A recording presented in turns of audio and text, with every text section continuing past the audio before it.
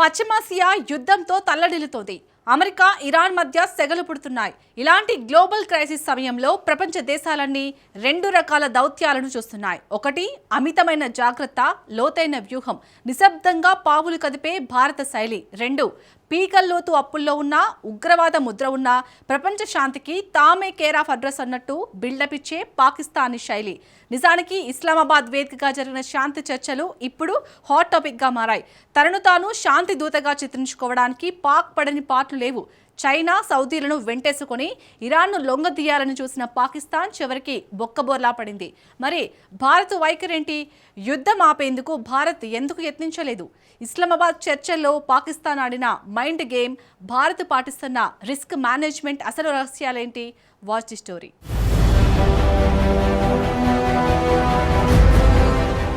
యుద్ధంపై భారత్ మౌనం మర్మమేమిటి?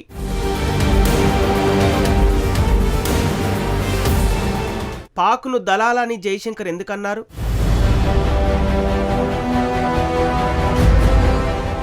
రిస్క్ మేనేజ్మెంట్లో భారత్ సీక్రెట్ ఏంటి?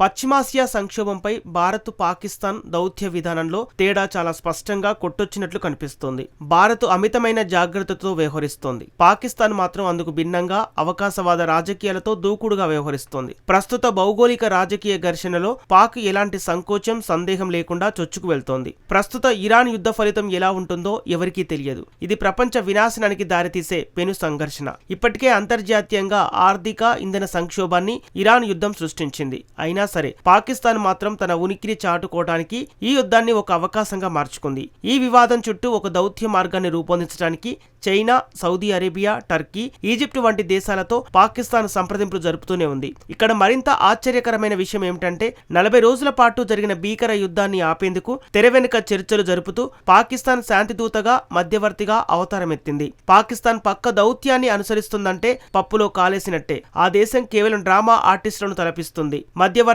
బిల్డప్ ఇచ్చుకొని పోయిన పరువును తిరిగి తెచ్చుకోవాలని విఫల ప్రయత్నాలు చేస్తోంది. నిజానికి తాజాగా జరిగిన శాంతి చర్చలు విఫలమయ్యాయి. చర్చల నుంచి ఇరాన్ బృందం తప్పుకుంది. ఇది ఉగ్రదేశం పాకిస్తాన్ కు భారీ దెబ్బగా చెప్పవచ్చు.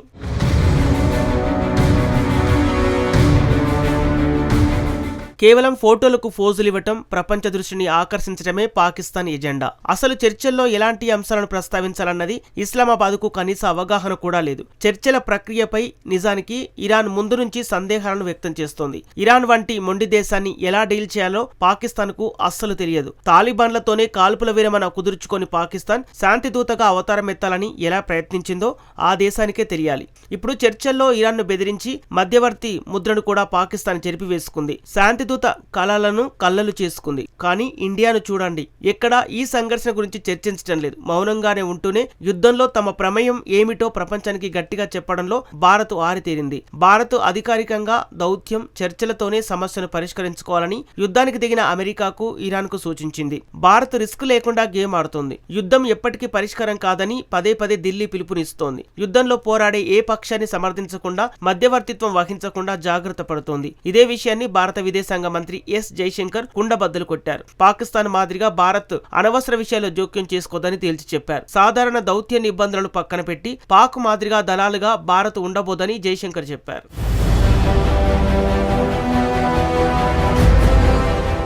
నిజానికి ఉగ్రదేశం పాకిస్తాన్ విధానం హడావిడి చేయడంపైనే ఎక్కువ ఆధారపడి ఉంటుంది. ఈ క్రమంలో సాహసోపేతమైన దేశంగా కనిపించేందుకు ఆ దేశం యత్నించి బొక్కబోర్లా పడుతోంది. అందుకు ఉదాహరణే ప్రస్తుత అమెరికా, ఇరాన్ మధ్యవర్తిత్వం. దేశంలో సంక్షోభాలు, అస్థిరతలు నెలకొన్న సమయంలో ప్రపంచం దృష్టిలో పడటానికి పాక్ పాలకులు తెగ ప్రయత్నిస్తున్నారు. ప్రపంచ వేదికపై తమ ప్రాముఖ్యతను చాటుకోవడానికి అవకాశం వస్తే దౌత్య పరిమితికి మించి వెళ్లేందుకు పాక్ పాలకులు వెనుకాడరు. దీనికి భిన్నంగా భారత్ రిస్క్ మేనేజ్మెంట్ వ్యూహంతో కూడి ఉంటుంది. 140 కోట్ల జనాభా ఉన్న దేశాన్ని తొందరపాటు నిర్ణయాలతో రిస్క్ లో పడేసేందుకు ప్రధాని మోదీ సర్కార్ ఏమాత్రం అంగీకరించదు. ఒక రకంగా చెప్పాలంటే రిస్క్ కు భారత్ ఆమడ దూరంలో ఉంటుంది. సంక్షోభాల సంక్షోభాల సమయంలో సంయమనం పాటించటం, తటస్థ వైఖరిని ఢిల్లీ అవలంబిస్తుంది. అంతేకాదు యుద్ధాలు, సంక్షోభాలపై భారత్ తన భాషను, ప్రకటనలో కూడా ఎంతో ఆచితూచి వ్యవహరిస్తుంది. ఇరాన్ యుద్ధం కాల్పుల విరమణ ప్రకటన తర్వాత కూడా లెబనాన్ లో ఇజ్రాయెల్ రక్షణ దళాలు దాడులు చేశాయి. ఈ విషయంలో కూడా అత్యంత జాగ్రత్తగా పదాలను ఎంపిక చేసుకుంది. ఇటు ఇజ్రాయెల్ తో వ్యూహాత్మక సంబంధాలను కాపాడుకుంటూనే అటు అరబు మిత్రులు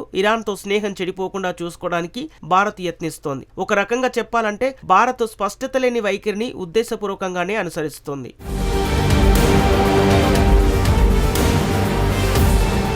అన్నింటికంటే ముఖ్యంగా భారత్ దౌత్యపరమైన భద్రతకే ప్రాధాన్యమిస్తుంది. ఈ క్రమంలో పొరుగున ఉన్న అణు ప్రత్యర్థి పాకిస్తాన్ పెద్ద ఎత్తున దౌత్యంపై ప్రచారం చేసుకుంటున్నా భారత్ మాత్రం సైలెంట్ గానే ఉండిపోయింది. నిజానికి భారత తీరును చూసిన నిపుణులు కూడా ఢిల్లీ సరైన మార్గంలోనే వెళ్తుందంటూ సమర్థిస్తున్నారు. ఇరాన్ యుద్ధ విషయంలో భారత్ సైలెంట్ గా ఉండిపోవడం వెనుక బలమైన కారణాలున్నాయి. ఇరాన్, ఇతర గల్ఫ్ దేశాలపై ఇంధనం కోసం భారత్ ఆధారపడుతుంది. ఇజ్రాయెల్ తో కీలక రక్షణ సంబంధాలను భారత్ నెరుపుతోంది. అంతేకాకుండా అమెరికా వ్యూహాత్మక భాగస్వామ్యం కూడా భారత్కుంది. ఇలాంటి స్థితిలో ఏదైనా ఒక పక్షానికి సపోర్ట్ చేయడంతో సున్నితమైన బ్యాలెన్సింగ్ యాక్ట్ దెబ్బతినే ప్రమాదం ఉంది. పాకిస్తాన్ విషయం వేరు. ఇజ్రాయెల్ తో ఆ దేశానికి దౌత్య సంబంధాలు లేవు. ఇరాన్, అమెరికా ఏదో ఒక పక్షానికి సపోర్ట్ ఇవ్వచ్చు. ఇలాంటి సంక్షోభాలను, యుద్ధాలను లాభాలుగా మార్చుకునేందుకు పాకిస్తాన్ ఆరాటపడుతుంది. తన పరిమితిని పెంచుకోవడానికి యత్నిస్తుంది. నిజానికి నిన్నటి వరకు ఈ మార్గంలో పాకిస్తాన్ సక్సెస్ అయినట్లు చాలా మంది భావించారు. చర్చలు విఫలమవటంతో పాకిస్తాన్ తన స్థాయి ఏంటో తనే స్వయంగా బయట పెట్టుకుంది. అంతేకాదు చర్చలకు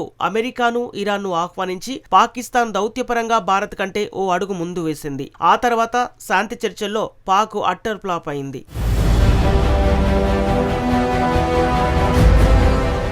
వాస్తవానికి గ్లోబల్ సౌత్ నాయకుడిగా, విశ్వ గురువుగా, ప్రపంచానికి నైతిక మార్గదర్శిగా భారత్ నిలుస్తోంది. కానీ ఇరాన్ సంక్షోభంలో భారత్ వ్యూహాత్మక మౌనంపై కొందరు పెదవి విరుస్తున్నారు. నిజానికి ఇజ్రాయెల్, ఇరాన్ తో స్నేహం ఉన్న ఏకైక దేశం భారత్. ఢిల్లీ తలుచుకుంటే ఈ యుద్ధాన్ని ఆపి ఉండవచ్చు. అసలైన సమస్య ఎక్కడుందంటే చర్చల వద్దే. ఇరాన్ మొండి దేశం. అణు కార్యకలాపాలను ఆపేందుకు అస్సలు ఆ దేశం ఇష్టపడటం లేదు. ఈ విషయంలో అమెరికా, ఇజ్రాయెల్ వెనక్కి తగ్గటం లేదు. ఎలాగూ చర్చలు సఫలమయ్యే అవకాశం లేదు. అలాంటప్పుడు మధ్యవర్తిగా వెళ్లి ఏం ప్రయోజనమని భారత్ వాదన. పాకిస్తాన్ అలా కాదు. నిరంతరం ఇతరుల గుర్తింపు కోసం, తన ప్రాముఖ్యతను చాటుకోవడం కోసం అంతర్జాతీయంగా తమ ప్రమేయం ఉండాలని ఇస్లామాబాద్ ఆరాటపడుతోంది. ఆఫ్ఘనిస్తాన్ తో యుద్ధం, అప్పుల ఊబిలో కూరుకుపోవటం, అంతర్గత తిరుగుబాట్లు వంటి సంక్షోభాలతో ఆ దేశ ఆర్థిక వ్యవస్థ చిన్నాభిన్నమైంది. తన మనుగడ కోసం పాకిస్తాన్ పాట్లు పడుతుంది. భారత్ అలా కాదు. ప్రపంచ శక్తిగా ఎదగాలని ఆకాంక్షిస్తున్న దేశం. తన పరిమాణం, ఆర్థిక వ్యవస్థ, అంతర్జాతీయ హోదా తనను ఆటోమేటిక్ గా శక్తివంతమైన దేశంగా తనను మారుస్తుందని భారత్ భావిస్తోంది. నిజానికి ప్రస్తుత ప్రపంచంలో దౌత్యపరమైన బలం అనేది స్థిరంగా ఉండే ఆస్తి కాదు. దౌత్యాన్ని ప్రదర్శిస్తేనే విలువ ఉంటుంది, లేదంటే అది క్రమంగా క్షీణిస్తుంది. అయినా భారత్ మాత్రం సంక్షోభాలకు దూరంగానే ఉంటుంది. సంక్షోభాల సమయంలో జాతీయ ప్రయోజనాలకే ఢిల్లీ అధిక ప్రాధాన్యమిస్తుంది. మితిమీరిన సంయమనం కూడా తరచూ భారత్ ఉనికిని, ప్రభావాన్ని దెబ్బతీస్తుందన్న వాదనలు కూడా ఉన్నాయి. కీలక సమయాల్లో సైలెంట్ గా ఉండటంతో స్థిరత్వాన్ని ఇచ్చే శక్తిగా కాకుండా బాధ్యతల నుంచి తప్పుకునే దేశంగా ముద్రపడే ప్రమాదం ఉంది. పాకిస్తాన్ ప్రదర్శిస్తున్న దౌత్యపరమైన అత్యుత్సాహం అమెరికా, ఇరాన్ శాంతి చర్చల్లో విఫలమైంది. పాక్ ప్రాధాన్యం తాత్కాలికమే కావచ్చు. భౌగోళిక, రాజకీయాల్లో తన స్థానాన్ని నిలుపుకునేందుకు పాక్ తీవ్ర ప్రయత్నాలు చేస్తూనే ఉంది. తన ప్రభావాన్ని పెంచుకోవడానికి పట్టుదలతో పావులు కదుపుతోంది. దీనికి భిన్నంగా భారత్ మాత్రం సైలెంట్ గా ఉండిపోతుంది. తన వనరులను కాపాడుకోవడమే ధ్యేయం అన్నట్లుగా భారత్ వ్యవహరిస్తుంది. ఇటువంటి మితిమీరిన జాగ్రత్తలు భారత్కు లాభం చేకూరుస్తాయా లేక నష్టాలను మిగులుస్తాయా అన్న ప్రశ్నకు కాలమే సమాధానం చెప్పాలి.